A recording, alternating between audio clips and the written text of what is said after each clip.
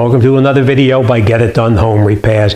Today we're going to talk about a problem with the garage door keypad outside the house. If you come up to the garage door keypad and you press the buttons on there and your garage door doesn't open, you're going to wonder if you have a problem or not. I want to just show you a very simple thing that you need to check before you go ahead and replace the keypad outside. All right, so first thing we're going to do is let's check that battery and let's make sure that we have no other problems. So let's go outside. Let's take a look at it. Now, the first thing you're going to notice is that this is an older unit here. It's not really like the newer ones, but there's no reason why it shouldn't work anyway. So first thing we're going to do is let's take out that screw. It's a Phillips head screw. Let's remove it and let's open up this cover and see what's going on inside.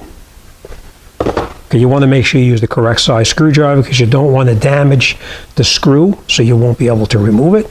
We just unscrew this screw. Let's take it out and let's put this someplace where we're not going to lose it.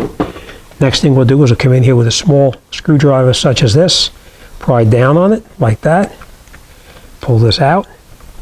Okay. The next thing we're going to do is we're going to take a look on the date on the battery. And as you can see, this battery here, it's a couple of years old. This is a 2018 battery. And now this is 2022. So this battery is pretty old. So let's take this out. Let's see what's going on with it. And we'll see what's happening. Okay. I'm going to bring in, I'm going to show you what the problem is. Let me just take this off and I'll show you real quick. Here, that's the problem. Where are you? See? This electrode is snapped right off and it's stuck inside this piece right here. So let's grab a pair of pliers. Let's pull that piece out right there and we'll grab our new battery and put the new battery in. You can also tell if a battery is bad because you can look at the battery here and you can see it's expanded or swollen. Same thing up on top right here. It's expanded slightly as well. So we know that this battery here is definitely going to be the culprit. Let's grab a pair of pliers. Let's pull that out and finish it off. Okay. We're going to hold it really carefully because we don't want to damage the wiring. So let's grab it here. We're going to grab the end of the piece here. Tight to come out, but we're going to get it out of there without damaging anything else.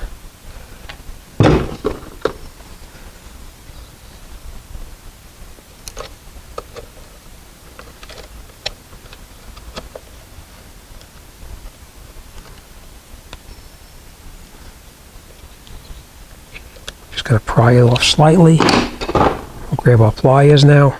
And we'll take it off. And this is the piece that actually broke off the battery. All right, let's grab our new battery and let's put it in. Okay, here's a new battery. Now obviously you're going to connect it up positive to positive and negative to negative. There's only one way it can go in, so you can't make a mistake.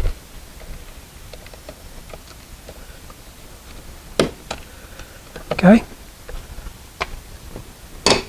Now before we do anything, we're going to press the buttons.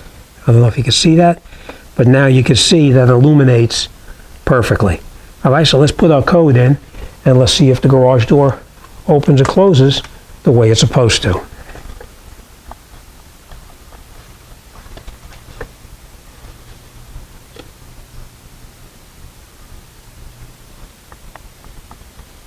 And there it goes. Works perfectly. All right, let's go reverse it and put it back up.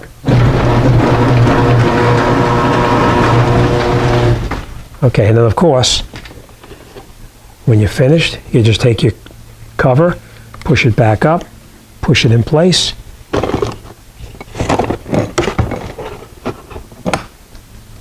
Grab our Phillips head screw and screw it in just like that. Okay? And then your cover goes back on the top, slide it down, and that's it. So as you can see, sometimes you may have a problem with the clicker itself or the keypad itself, but don't overlook such an easy problem as the battery going dead. As I said before, if you touch the keypad and the lights fail to illuminate, it's a pretty good possibility that your battery is no good. Oh wow. Listen, I don't know if you can hear this. the battery is shaking around inside. So this battery has been dead for a long time. I'm sure that hasn't been changed in many, many years. Now, just because it says 2016 doesn't mean it was put in 2018. Just because it says 2018 doesn't mean it was put in 2018 most of the time. Most of the time, a battery, when you buy it, it has years on that battery. So this battery could have been in there for 7 or 8 years. Who knows? All right, but that's it. This job is done, and we're on to the next.